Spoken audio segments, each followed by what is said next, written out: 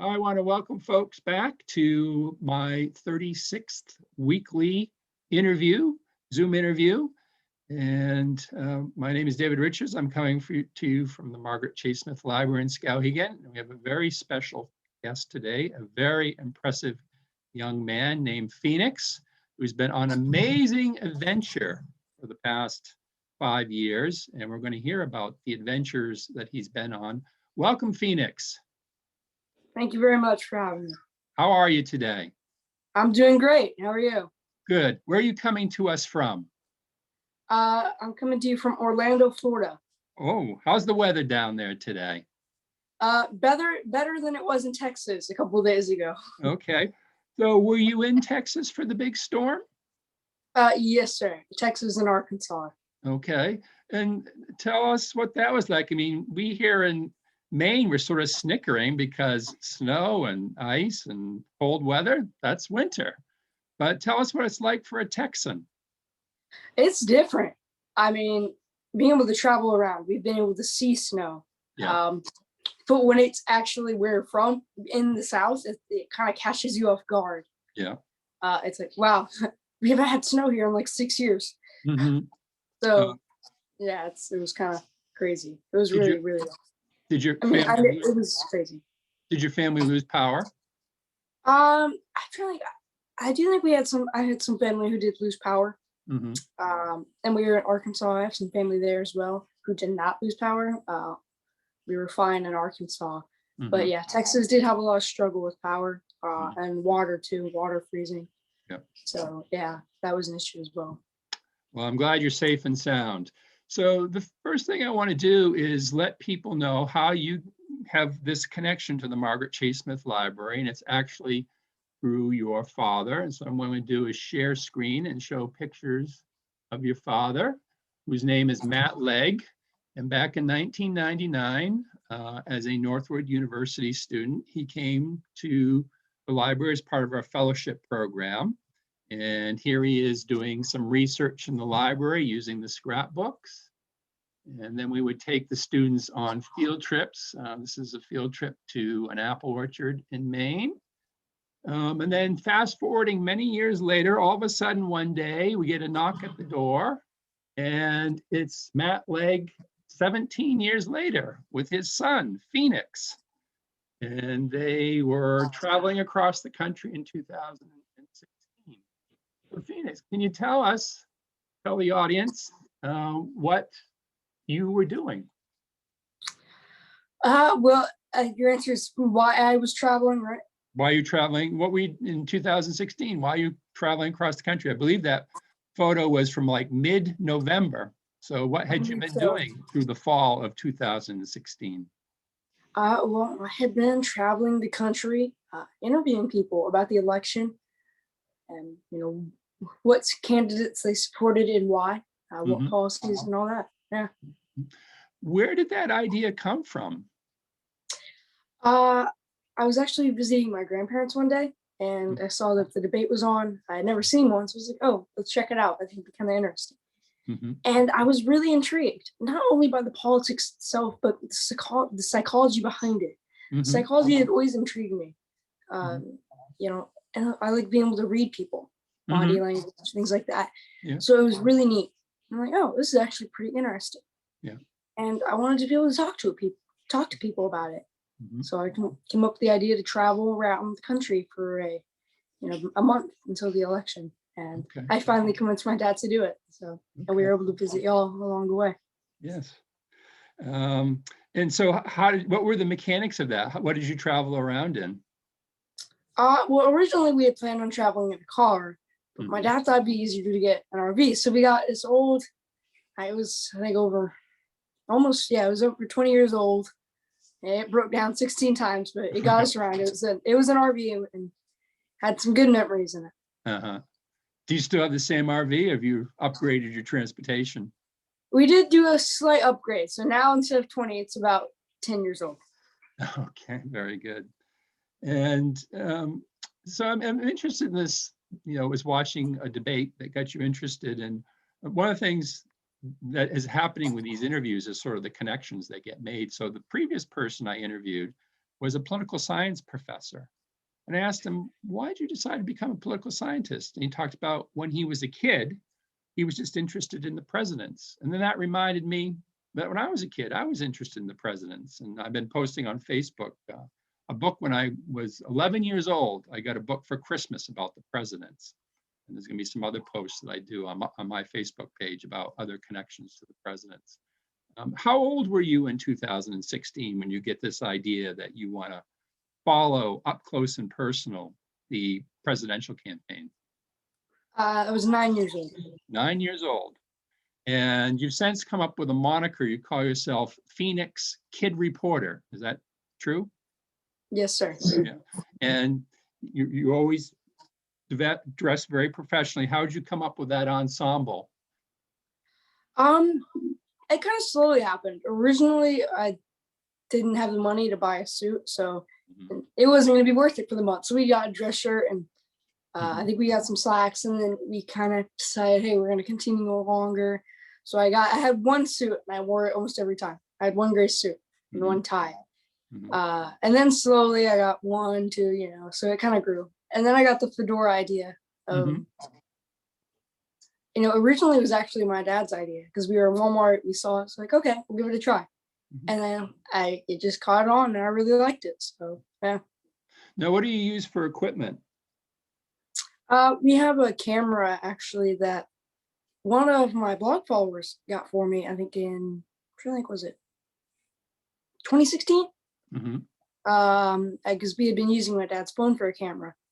And so that became really, really useful. So yeah, we're really thankful for that. You just mentioned your blog. If people want to follow you, how can they do that? Well, they could go to my website, phoenixrisinginamerica.com, or they could go to my Twitter at Phoenix Matthew or Phoenix Kid Reporter. So they can do that. Very good. So it's you first did it in 2016. What do you remember? Your memories of that first trip in 2016? Well, I remember it was really different. I mean, being able to see different parts of the country. Throughout my life, I mainly stayed in Texas. I went to Oklahoma, Florida once a few times. Just really being able to go out, really outside of where I'd been throughout my whole life was really amazing. Because when we think of culture, I think a lot of times we think of different countries, but there's so many different cultures throughout in America, throughout America, and probably even sometimes in states there's different cultures. So it's really interesting to see that, and just being able to talk to people throughout the nation was really exciting for me. So in 2016, you start out in Texas, and you're going to be on the road for 1 month. Can you give us a sense of what your itinerary became? Originally, we did have a little bit of an itinerary. We started out, we drove to St. Louis. Okay. And actually, our first day on the road, we had a blowout in the RV, so that wasn't fun. But so we drove to St. Louis, and then we drove to Las Vegas. St. Louis, there was a debate, and Las Vegas, there was a debate. So yeah, and then after that, I think we just kind of went with the flow a little bit, and we decided we ended up going pretty much from Las Vegas all the way around the country up north in a big almost oval. Then we stopped in North Carolina on Election Day. Yep. Okay. And so was Maine, that was after the election that you came to Maine? I believe so, yes. Yeah. Very good. And I think I remember you talking about, because we were asking you, this was after the election, and that you weren't surprised that Donald Trump won. And I remember the reason you said is because as you drove through the northern part of the United States, through the Midwest, you kept seeing Trump signs. So it didn't surprise you at all that Donald Trump had won. Yeah, and that was one key factor that when considering predictions, that was one big thing for me. That was not the only thing, being able to talk to people there. Yeah. I think a lot of people were tired of having politicians in office and they wanted somebody different. And I think that was something that people saw and liked in President Trump. And with the signs, one reason I come up with that is I was talking with both the communication director for Hillary Clinton and Donald Trump on the same day, and the Trump campaign, or the Trump communications director, had said, yes, ground game and signs are very important, while Clinton's campaign or communication director said that, oh no, that's not really important. And I mean, I would see probably 100 to 2, 100 Trump signs, maybe 2 Hillary signs. And it was really interesting to see that. There was much more passion in my mind. I thought it seemed that there was so much more passion for President Trump. And that was one thing I gauged, what states I thought would go for Trump and what states I thought would go for Clinton. Do you remember how many states you got to visit on the 2016 trip? Oh boy, I'm trying to think. I don't know, I guess around 8? No, not 8, I'm sorry. 30 maybe. I don't know, I was thinking 8. That was probably 8 was probably just before to Las Vegas, maybe. St. Louis to Las Vegas. But probably around 30. Yeah. Because, I mean, you go from Texas to Missouri to Nevada, come across the northern part of the United States, you get to North Carolina, and you're up to Maine. So as you think about a map of the United States, that takes you pretty far north, south, east, and west. And so as you start out, you go to a debate in St. Louis and you go to a debate in Las Vegas. So at this point, is it just down to the 2 candidates? It's Hillary Clinton and Donald Trump are the ones debating? Yes, sir. This is in the general election. Okay. And so what were your impressions of the debates? They were really interesting. One of the interesting. things you like is the psychology of it, and reading people. Yeah, one thing I thought was, I trying to remember, I can't remember the exact body language of the candidates back then. That was over 4 years ago. Yeah. So I'm trying to remember. I remember it was really intriguing for me because I was like watching, because in St. Louis, we had just arrived like the day of the debate. We didn't get to talk to many people there. But when we got to Las Vegas is when we really got to go to a watch party and be able to speak with people about what they liked about the candidates. Now, the watch party was on a campus. It was on a college campus, so it was a little more liberal.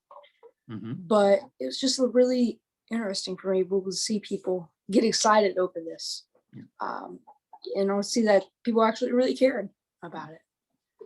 So as someone who's seen quite a few of your videos, what you do is you go to these places where the candidates are going to give a speech or where a debate is taking place. And what you try to do is find their supporters and then just ask them why they support their candidate. Is that essentially what you're trying to do? Yes, sir. Yeah. I think a big thing is like figuring out why. Why do you support this candidate? And that was a big thing for me. And so what it primarily becomes is letting these people tell their stories of why they like these candidates. And so is there a method to how you try to select people, or you just whoever comes by, do you ask them? Pretty much whoever. There are times where you see somebody that kind of stands out and you want to talk to them, but really it's just everybody. It's not like I'll get 2 interviews at an event. I'll try to get 15, 20. Yeah. So. Do you edit down? Do you do 10 interviews and then just show 2 or 3, or do you show everything that you film? Show everything, really, yeah. So I don't even know how to edit. So even if I wanted to, I don't know if I could. And again, people, I don't know if they're archived, but when you go out on the road, you release them on almost like a daily basis. And, I get notified by email. Can people go onto your website and see some of the older interviews that you've done? Yes, absolutely. Okay. Now, I would say in the past 2 years, I've been more active when it comes to writing on my website, but people should be able to find videos on there, or if they want to go to my YouTube, all my videos that are on my website would be on my YouTube as well. Okay. They could go to Phoenix Kid Reporter. That's your YouTube channel, Phoenix Kid Reporter. Yes, sir. All right. And anyone who's watching, and we get quite a few people who click on these, go test one out. go watch one of Phoenix's videos. I think you'll find it interesting because, again, it's you letting people speak for themselves of why they support these candidates. Yeah, go ahead. No, what were you going to say? One thing that actually was really interesting was yesterday, I got censored by YouTube. They took down one of my videos. Oh, did they tell you why? They said it violated the policy, and they said that I claimed that the election was fraudulent and that it was affected by hacking and voting machines. But in all reality, I would not have said something like that because I was actually covering an event, one of those Stop the Steal rallies in DC. I think it was from December 12th of 2020. And I was talking with people who said that, but I never said it myself. So I was like, well, the only thing I could say is close to that saying, these people believe that, the election was fraudulent. So it's like, well, are they going to take down my reporting? It's like, I mean, when is reporting become saying, all I'm saying is what these people think. Is that bad? So, I get worried because all my memories are on the YouTube channel. So let's say they decided to take down my whole YouTube channel because they didn't like it. All my memories are gone. It's like, we trust YouTube to contain these videos that we've taken over the past 4 or 5 years. So, I mean, we've heard a lot about censorship recently over the past couple of years, but you never really realize how big a deal it is until it hits home. As well, this is my hard work, right? It's like you've given up stuff to be able to do this, and it's an amazing experience, and I want to be able to keep this. So I don't know, we'll see how it turns out. Do you pattern yourself on any particular journalist, or do you just have your own style?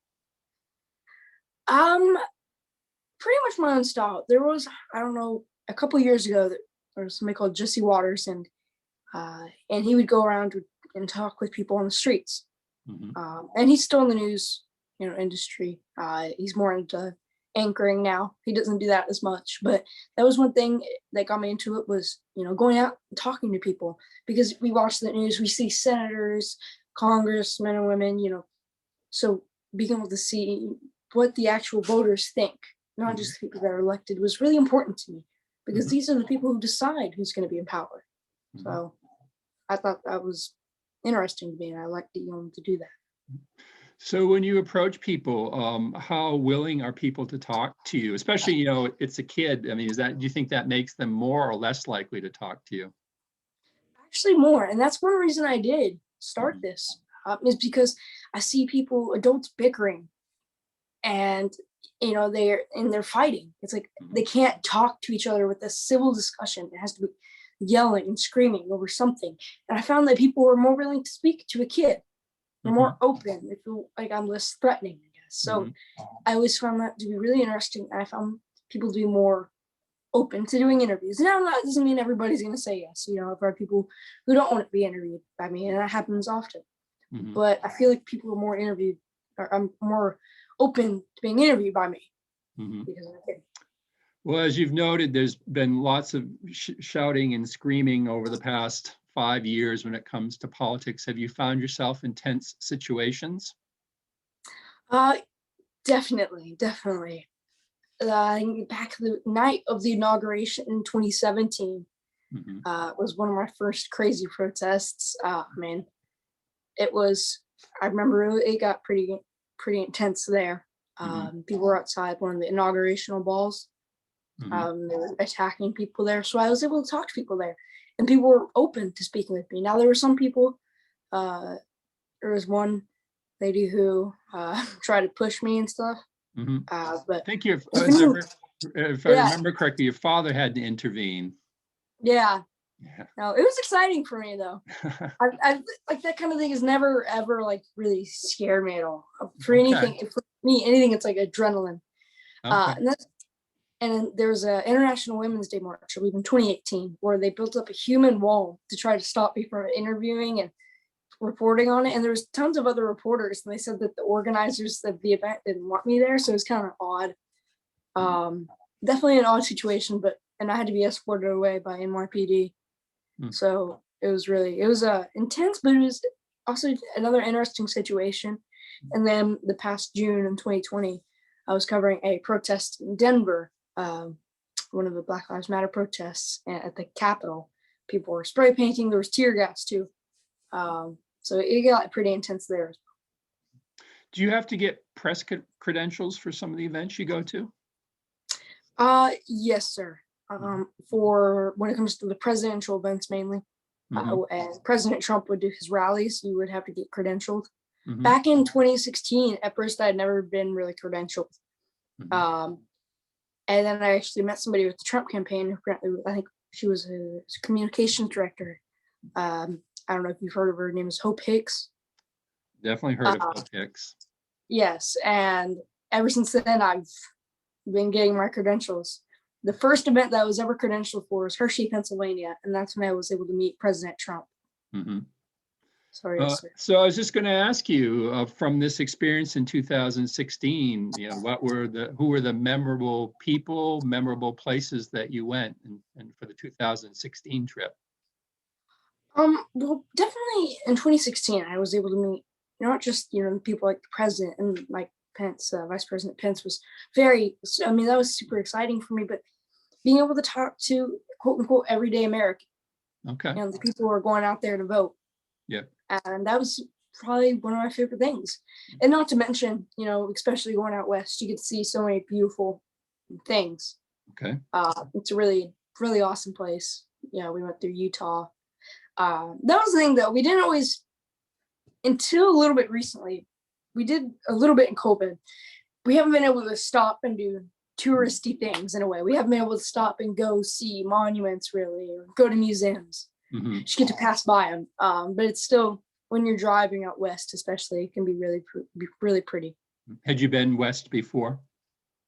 Not that I can think of. No.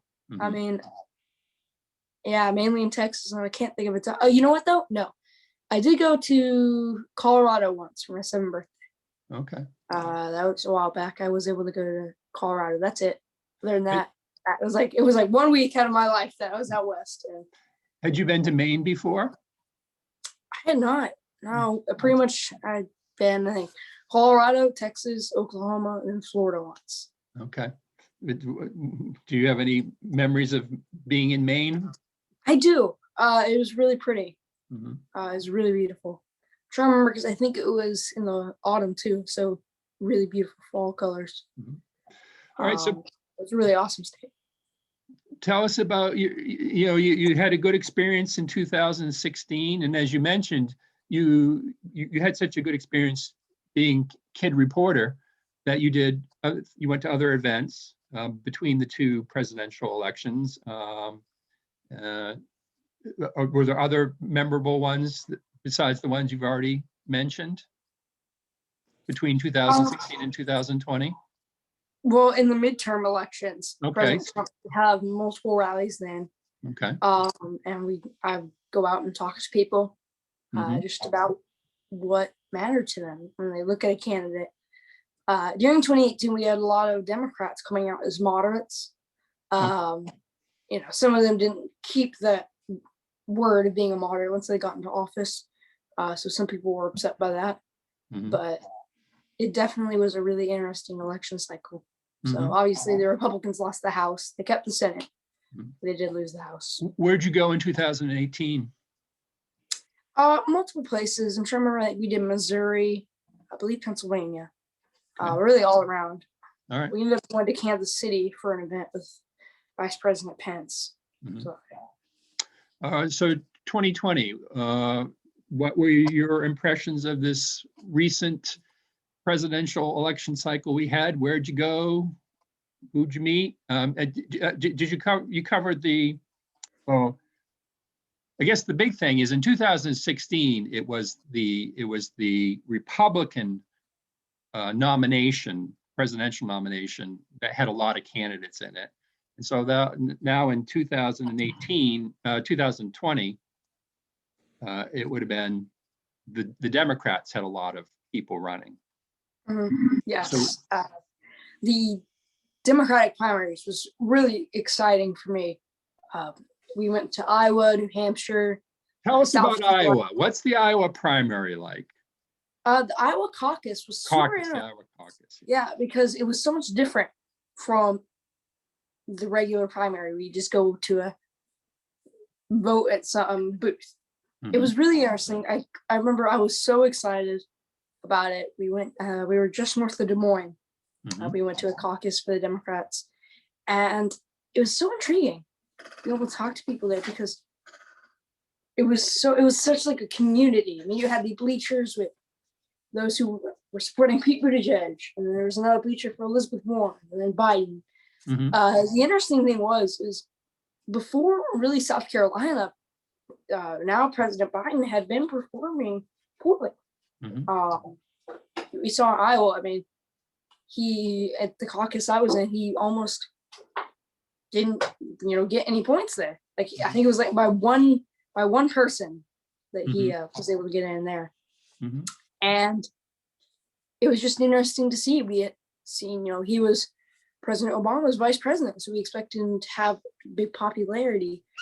But he didn't in Iowa, and in New Hampshire, it wasn't big for him either. We saw, I think, Bernie Sanders and Pete Buttigieg really we're kind of debating who won there. So we didn't see a big performance until South Carolina from the vice president.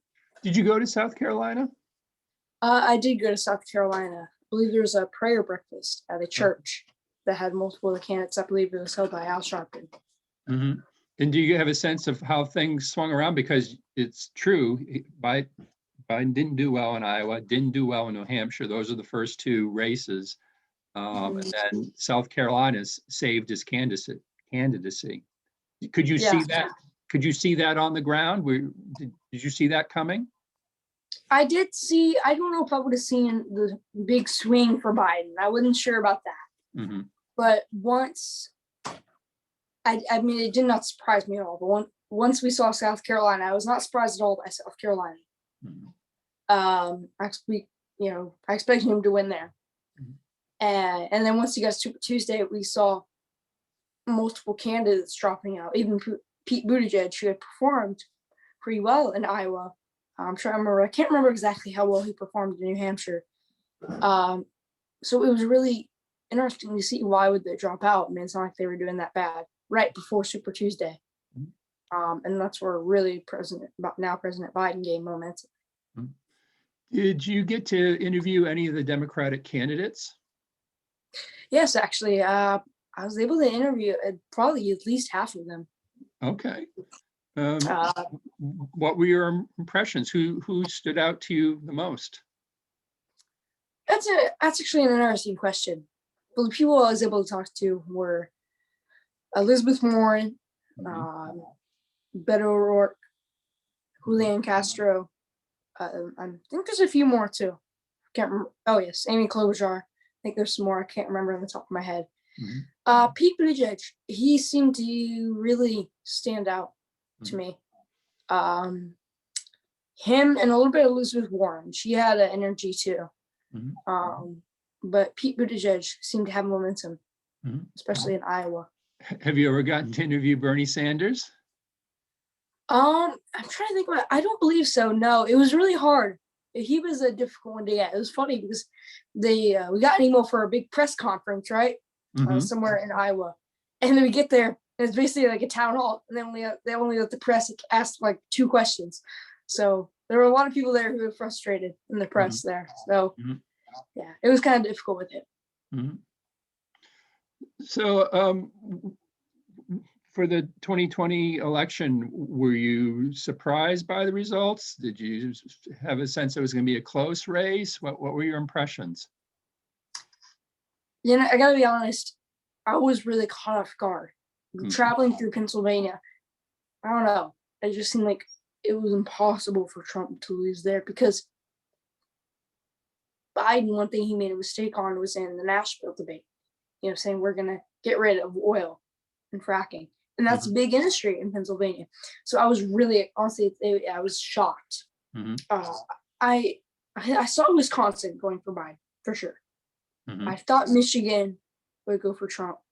I predicted correctly that Ohio would. But Pennsylvania really surprised me. Yeah, I Where- was shocked. Like it was almost like it's impossible because last election in 2016, every state I predicted went correctly. So we were really caught off guard. Ohio and Wisconsin, I leaned towards Trump, but it was pretty much in the middle. I thought it would kind of go Biden. I wasn't sure. Did you have a chance to visit those places in 2020? Did you get to Wisconsin? Did you get to Michigan? Did you get to Ohio? It sounds like you were in Pennsylvania. Yes, we were in Ohio, Pennsylvania, Michigan. I believe Wisconsin as well. Okay, very good. And so what are you doing now? The election's over in November. What have you been doing since the election? Are you still out there being kid reporter? Yes, sir. We were in DC on January 6th. Well, you got to tell us, what was that experience like? Originally it was a normal. I mean, it was a humongous rally on the National Wall. But what you saw was the riots at the Capitol. But I would only say 25% of the people actually that were at that rally went to the Capitol, and maybe probably 5% out of, let's say, counting the rally, 5% of the people probably did anything at the Capitol, and that there's a high number, and I'm just kind of rounding up there. I mean, it could have been 1% really, because I know it seemed like a lot of people at the Capitol, but when you look at how many people were actually at that rally, not many people went. And we've heard that President Trump incited it. And I was there, and he really didn't. I mean, I can't think of anything he said in his speech, because we hear in the news how he said we're going to go to the Capitol, right? But he also said we're going to peacefully and patriotically. So I don't see how that's inciting it by saying it was peaceful act. That's just me, though, to be honest. Yeah. So have you been out on the road since January 6th? Not much. Okay. Before January 6th, actually, we were covering the Georgia Senate race. Okay. But now the reason we're in Orlando is there's a conference called CPAC, and I cover every year. The Conservative Political Action Conference, held by the American Conservative Union. There's a lot of big speakers there each year, so I love to come here and talk to people. And when will that be? That starts today, and it'll end on Sunday. President Trump will be here on Sunday. I believe he'll be the last speaker. So what's your itinerary for CPAC? Well, there's a lot of different speakers, so we're still figuring out what we're going to cover. We have a few interviews we're hoping to set up. Okay.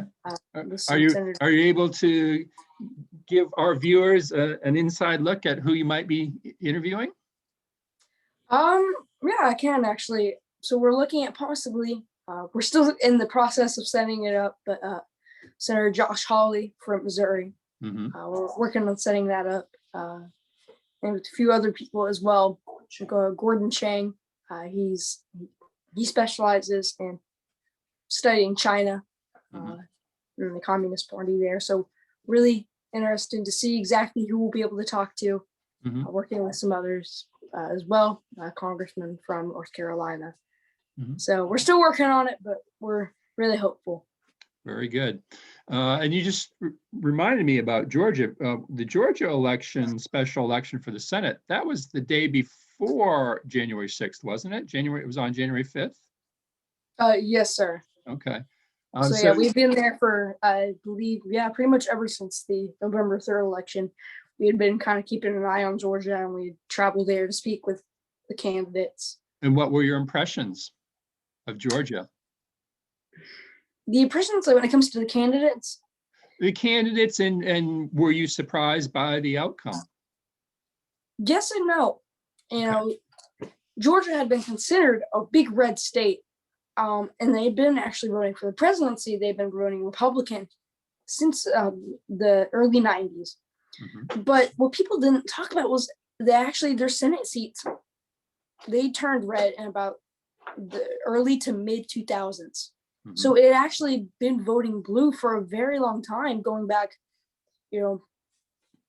Georgia had pretty much always been blue until about voted presidential, it voted red, kind of starting in early 1990s. And then in early 2000s to mid 2000s is when it started voting red for the Senate seat. So it really hadn't been red as long as people had been saying. It still had been blue up until mid 2000s. So I was not surprised. And I would say the Democratic candidates were definitely more charismatic than the Republican candidates, and they had a big advantage on that. Interesting. So how do you handle your schooling as you're traveling around the country, being kid reporter? Well, I'm able to do my school on the road. I have curriculum, that I use for math, and being able to travel and going to see historical places has helped a lot with history. Because not only do I get to see it in my American history book, I get to actually be there. So that's really, really, really neat. And being able to talk to people too has been really great for school. Do you have a favorite subject? Journalism. Journalism, okay. Well, that prompts the question. You've gone through 2 presidential election cycles. You started out when you were age 9. What grade are you in now? You in junior high school, middle school, essentially? 8th grade. So high school's coming up next year. What do you see as your future? What do you want to do when you grow up? I don't know. It's tough. I really enjoy journalism. It's really been a really exciting thing to do. So, but who knows? Who knows what God's plan for me is? So we'll see. I'm hoping to stay on the road longer, but Dad's not sure we can do that when it comes to funding, because he had sold his healthcare company about a year or 2 ago, and those funds have kind of run out. So gotta figure it out. All right.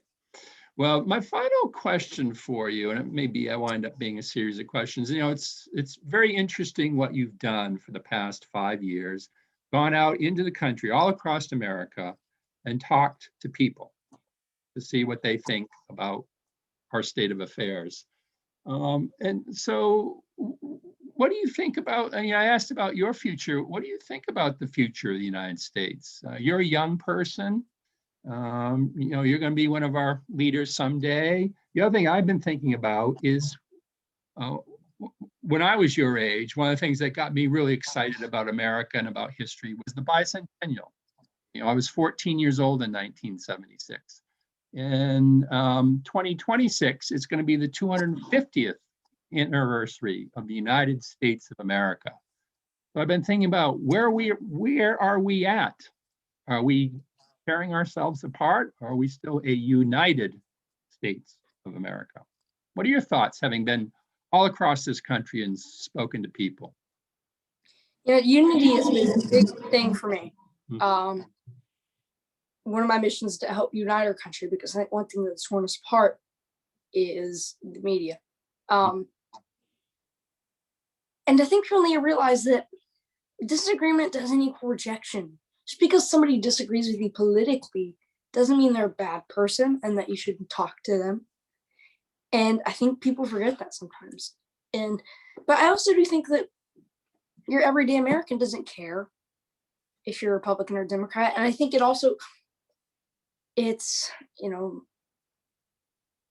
I think it's hyped up that we're so divided a little bit more than it should be on the media. But I do think we could definitely do better. As Abraham Lincoln said, a nation divided will not stand, or a house divided will not stand. House divided cannot stand. Yeah. So you mentioned the media. There's lots of criticism of the media. If there was one thing you could change about the media, what would it be? Hyperbole. Okay. I think if you communicate in hyperbole, you probably shouldn't be a journalist. Because I talked about how I think division is hyped up. I think it's a big thing. There's so much, it's so dramatic. The news isn't just fact. It's almost like you're telling a story. It's like it's some sort of book that, some sort of thriller, and it's like, oh, suspense. No, you're just told facts, and it's not supposed to be some exciting novel that you're going to sell for $10 each. You just want to give people the facts, and I think it's so dramatic these days. Whether it's conservative reporting or liberal reporting, and that's a big thing for me. Is my tagline is objective facts to inform versus subjective opinion to influence, because news has almost become not just informing but influencing. And I think that's just been really interesting. Are you hopeful for the future? And I worry sometimes, but I am hopeful. Yeah. What do you worry about? I worry that if we're so divided as a country, I mean, how are we going to get anything done? And I also think that politics has become about serving, as a politician, like not all, but I think a lot of politicians is about serving themselves, not their constituents. I'm not going to name names, but could you name names? I don't know if I want to do that right now. No, I'm not saying, I'm not going to ask you to, but could you? I don't know. It'd be kind of tough. Okay. I'm sure I could a little bit, but I just don't think that. I think politics has become about serving, the politician, not the people. I mean, I'd be curious to look at, for example, let's say a senator. I'd be curious to look at how much they were worth when they came into office, and then how much they were now, if they're still in office or when they left. Counting the salary, obviously. So that, you have to take that into consideration as well. So what's your agenda for today? Let's see. Today, after this stimulating interview, now you get to turn the tables. What are you going to do today as kid reporter at CPAC? Well, today's kind of the beginning, so I'm still figuring it out. And today's mainly registration and things like that. So I plan on setting up and solidifying times for interviews for this weekend. So yeah, doing your leg work today. Yes, sir. Get it? Leg work. You know what? I actually didn't catch on. That was pretty clever. All right. So why don't you one more time get a shout out of how people can follow Phoenix Kid Reporter, all your different outlets, media outlets. Well, they can go to my website, phoenixrisinginamerica.com. Okay. Or they could go to my Twitter, at Phoenix Matthew or Phoenix Kid Reporter.